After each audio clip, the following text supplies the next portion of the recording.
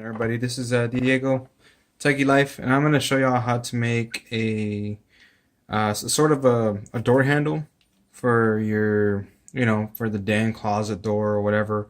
In this case, I'm actually going to make it to my French door double den. There's double doors in there, and my theme is going to be more of an industrial, which I'll be coming up with later on some projects here. So I'm going to show you how to make this. First off, you're going to need what's called a floor flange. You're going to go to Home Depot, Lowe's. You're going to go to the plumbing section and look for the pipes, where the pipes are at. Basically, this is a floor flange. This is going to be a 1/2 inch, and this one is the black pipe, so a black steel. And there's also galvanized steel, which is a little bit more pricey. It's supposed to be used for water use and gas use. This is only supposed to be rated for gas. So, but it doesn't matter in this application because this is pretty durable as it is. It's pretty nice. Something like this goes around $6-7. So that's something that you're gonna need first. You're also gonna need a water hose, or I guess a water hose bib spout. So this one, I chose this one because it looks more old-fashioned and whatnot. And this is from Home Depot. Ever built. This is a 1/2 inch.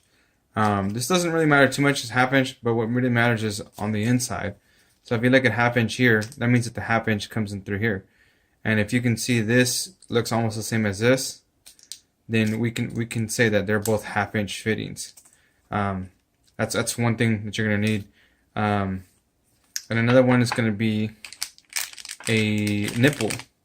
I bought a big nipple. This is a 1/2 inch by 1.5. What you'll probably need, and I'm probably going to switch out too, is going to be 1.5 by close, which basically this one shows a little line in the middle. The close one is about maybe 1/2 inch smaller than this, and I'll show you why.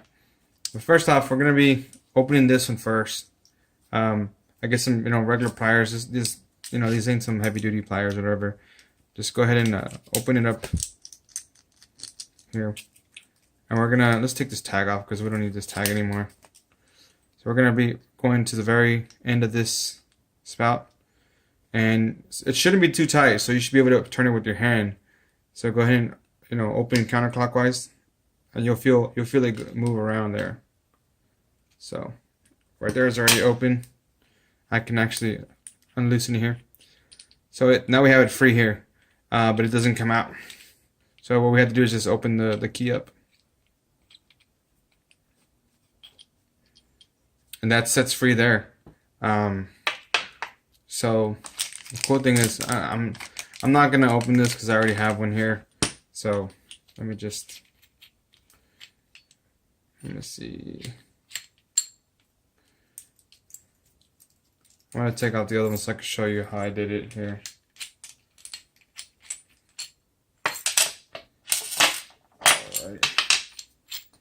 So you have those 3 pieces. What you can do next is, or what I did next, is I actually took this apart by using the same pliers as well. Make it a little bit smaller, and slowly. You don't want to I don't want to scratch the surface of it too much. So I go as small as possible and as slowly as possible without damaging the surface here. Because now it opens up, now I can unscrew it by hand here. And at this point, I know that there's 2 different colors here. You got the black and you got the gold here, or the brass. And this pops off like that. So at this point, you could start spray painting whatever you would like. So what I do is I take this off and I take everything on the inside out.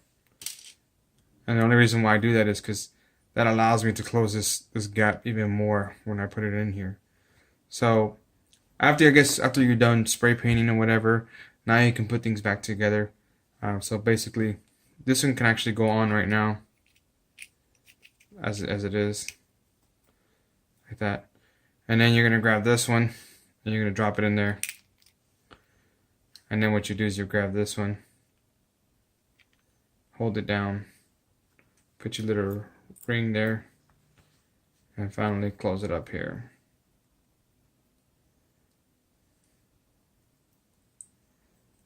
So I'm not gonna close it tight because I don't need to. I'm not done yet. So after that, then you can screw it on here. And the only crappy thing about it right now is that it's gonna be loose because, you know, it was tightened with the actual hose bib here. There's a little thread on the inside that it was holding on to. So what you'll have to do is you'll have to find a way to secure it. And I mean, the easy thing is you can actually pour it upside down and then pour your whatever type of sealant that you want in there. I'm gonna use the Gooby Gone, which is this one. I'm sorry, not Gooby Gone. It's gonna be GO2 glue, Loctite. I've had very good, you know, results with this. A lot of people just use epoxy because it's so much, you know, stronger, whatever. But this is just a handle. It should last. So like I said, this is what I was talking about. It's kind of a little bit long here, but once I make it shorter, it's gonna be about half an inch shorter. So essentially, it'll be half an inch more in. So, you know, you screw it onto the door itself, and then you have a handle behind the bar, which is pretty cool. I mean, it just, you know, puts a retro industrial look into the room here. So this is what I'm talking about. So, and if you wanted to put it about like this, you can actually you can probably screw it onto something and then pour the sealant in there. But it's gonna be you know, your creativity of how you want to glue it. I've noticed that half an inch, or I'm sorry, yeah, the half an inch flange probably works the best. It's about the same size as the original size of the door handles. So this will look pretty cool. So let me know what y'all think. Like I said, I got other projects coming up. I like the industrial type of thing, so it's gonna be coming soon. All right, guys, y'all take care. To the next one. Laters.